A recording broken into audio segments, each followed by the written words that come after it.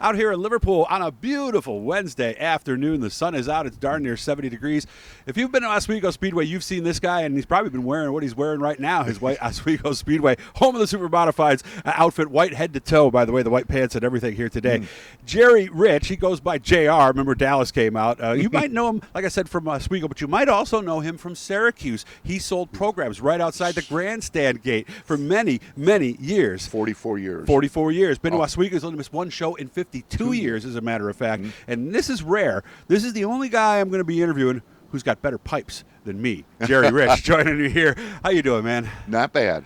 Feel good now. Yeah, you had a tough go right about this time last year, wasn't it? Last year at this time, I was in the ICU for 14 nights with COVID.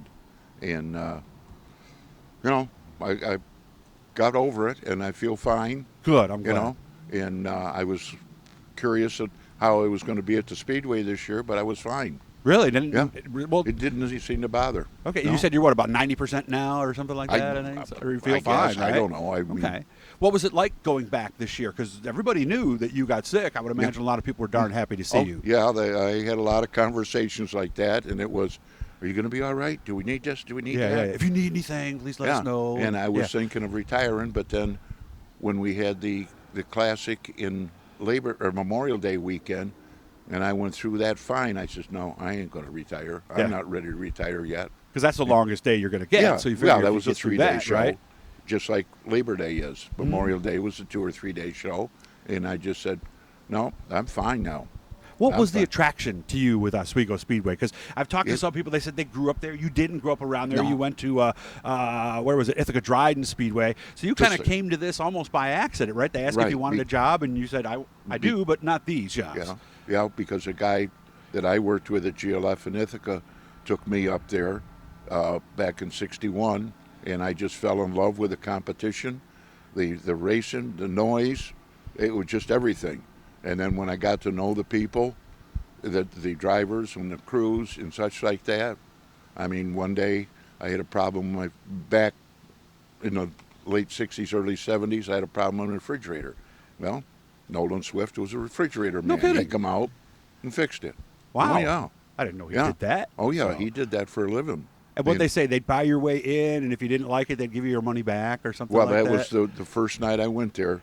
Peter Post, that I worked with at GLF, he said, if you don't like it, at the end of the night, I'll give you your money back. Well, he didn't have to give me the money back. You were so late 69. Classic was over. How did you end up doing a race at the end of the year that year? I think you maybe did 2, right? Or something like that? No, just one. Okay. The very last race. Dick O'Brien, and I had met Dick O'Brien and his wife Linda a few years before, and, he said, would you be interested in a job? And I says, yeah, as long as it's not on the safety crew or a cornerman, because I'm not qualified to do them, and those guys are the greatest in the world. I mean, there's not a safety crew that's better than that one at Oswego Speedway.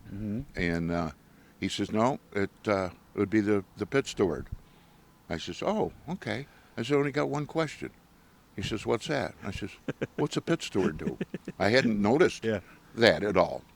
Oh, yeah, out of all the positions you've watched, right? Yeah. You see the flagman, he's right there. You know the announcer. But the safety crew, the corner. Well, what does a pit steward do then? Pardon? What does a pit steward do? He checks the guys in, make sure that he knows who's there. He gets the list to the tower so they know exactly who's there. And if there's a driver change, then the pit steward works with the guys, the drivers and crews. If it's a rookie, talk to the rookie, explain how we're going to do things. I see. Not how they're going to do things, how we're going to do things. And like I tell them, there's 3 ways to do things at Oswego Speedway. The right way, the wrong way, and JR's way. And somewhere in between. JR. And it works well. Yeah. It works well. Yeah. And this year, Max McLaughlin was up there, and I says, well, your father probably warned you about me, right? Or warned me. Yeah, you. About me. He says, oh, yeah, he did. He said with a smile. Did he tell you what he said? Or no. Okay, no. All right. I thought that was kind of interesting how that all went full circle. Oh, yeah. Max was able to win nonetheless, too. I mean, well, you got the Bellingers with Ed Sr. and then Eddie and now Brandon. And, of course, right down the line. So many second generation, third generation racers at Oswego. Yeah. There really is, out of all the tracks around, that seems to breed the most loyalty among the competitors, doesn't it? It seems to. and the people there are just outstanding. Mm-hmm. You know, right from the owners, right on the way down. And I remember when I first started working at Oswego Speedway, we had the white pants, the white shirt, and a black tie. Oh, really? Harry, Really the had to Caruso be- brothers, Harry, Bill, and George, owned it. And Harry's order was, you wear a tie. Yeah. And so, Starts from the top, right? yeah. Yeah. Oh, yeah. When Class he says, operation, right? Yes. When he said that, that's the way it's going to be. And you liked that, right? I had no problem with it. I wanted to do the So job. that's the only time you ever wore a tie. It was at the racetrack. Unlike Yeah. a lot of other people who wore ties during the week, right? Yeah. Yeah. Exactly. Nice. Mm-hmm. So how was this past season getting back? It was slow getting back, but then it picked up. You know, we've got 3 classes now. In The 350s. it's starting to, you know, guys are moving from one class, you know, a lower class up to a middle class, up to the top class, and you know, it's going in the right direction. Glad to hear I that. really feel it's going in the right direction, and the Tracy's are behind it 100%, and that makes a big difference. What's a bad night for a pit steward? What happens on a bad night?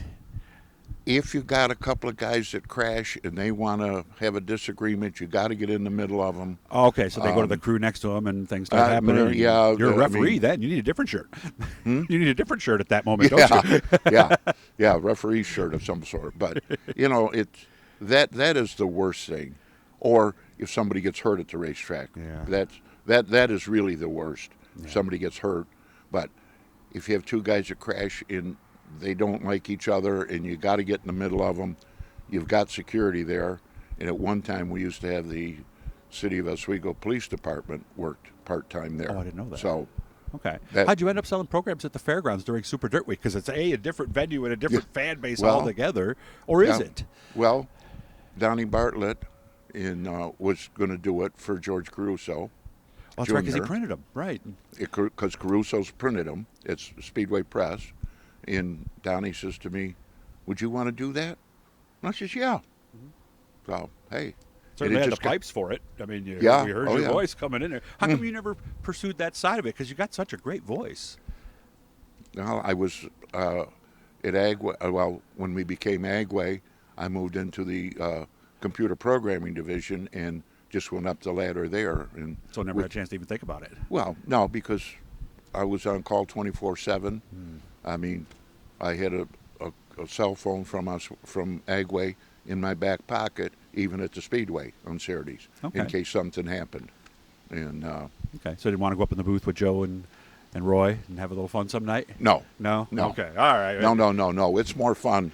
It's more fun down. I agree. As a guy And- who was in the booth for 16 years, I'd rather be down smelling the fuel, Yeah, getting dirty, and you all know, that kind of stuff with the guys. So. And with the radios, you can talk to different Yeah. people, and you know, it's just a lot of fun. Planning on coming back for 53? Yeah.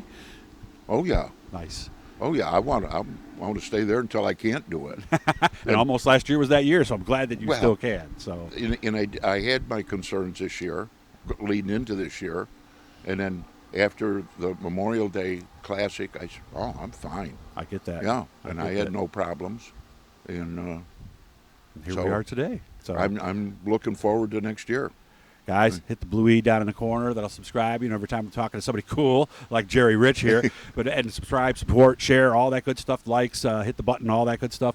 Jerry, so good catching up with you. I'll make sure we do this again soon. And I really appreciate you all in the garb today. Gives everybody the full effect. So, Jerry, I wish you all the best, and I'm so glad you're doing well, man. Thank you. Thank you, Doug. I appreciate it. I'm happy to do it. I look forward to it. Hopefully, we'll do another one soon. You take care of yourself. Hey, anytime. Thank you. Anytime.